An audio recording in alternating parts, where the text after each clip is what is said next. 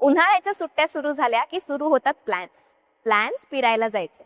पण आता तुम्ही प्रेग्नेंट पण आहात, मग अशा वेळी फिरायला जावं की नाही? नक्कीच जाऊ शकता, पण थोडीफार काळजी घेऊ.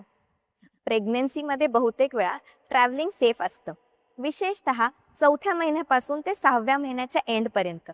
कारण पहिल्या 3 महिन्यामध्ये जे नॉशिया आणि वॉमिटिंगचा त्रास असतो तो बऱ्यापैकी कमी झालेला असतो.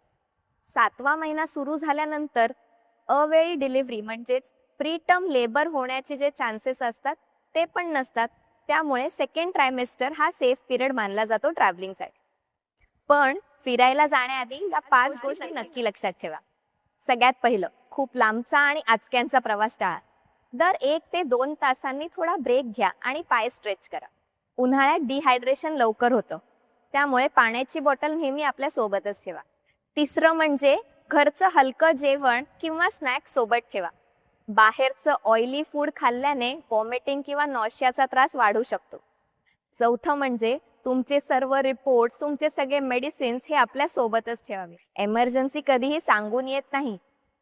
आणि सर्वात महत्त्वाचं, काही हाय रिस्क प्रेग्नेन्सी असेल, जसं की प्रेग्नेन्सीमध्ये बीपी वाढलेला आहे, प्रेग्नेन्सीचा मधुमेह म्हणजेच डायबिटीज आहे, ट्विन प्रेग्नेन्सी आहे, प्रेग्नेन्सीमध्ये आधी कधी ब्लिडिंग झालेलं आहे, आधीच्या प्रेग्नेन्सीमध्ये अबॉर्शनची हिस्ट्री आहे, तर अशा वेळी ट्रॅव्हल करण्याआधी तुमच्या डॉक्टरचा सल्ला नक्की घ्या.